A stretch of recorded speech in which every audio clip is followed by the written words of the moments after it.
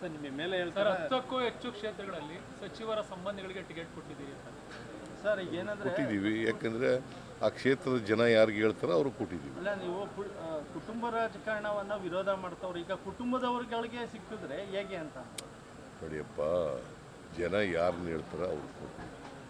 ಯಾರನ್ನ ಆಯ್ಕೆ ಮಾಡ್ತೀವಿ ಅಂತ ಹೇಳ್ತಾರೆ ಅವ್ರಿಗೆ.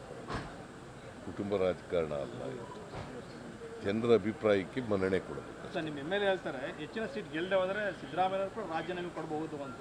ಹಂಗಂತ ಹೇಳಿದಾರ? ನೀನಿದ್ದೇನಪ್ಪ ಹಂಗೆ?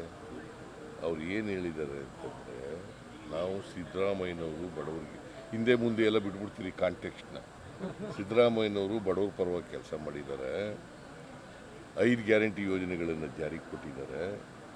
ಇಂಥ ಪರಿಸ್ಥಿತಿನಲ್ಲಿ ಅವ್ರು ಗೆಲ್ಲಿಸ್ಬೇಕು ಅವ್ರಿಗೆ ಅಂತ ಹೇಳಿದ್ದಾರೆ.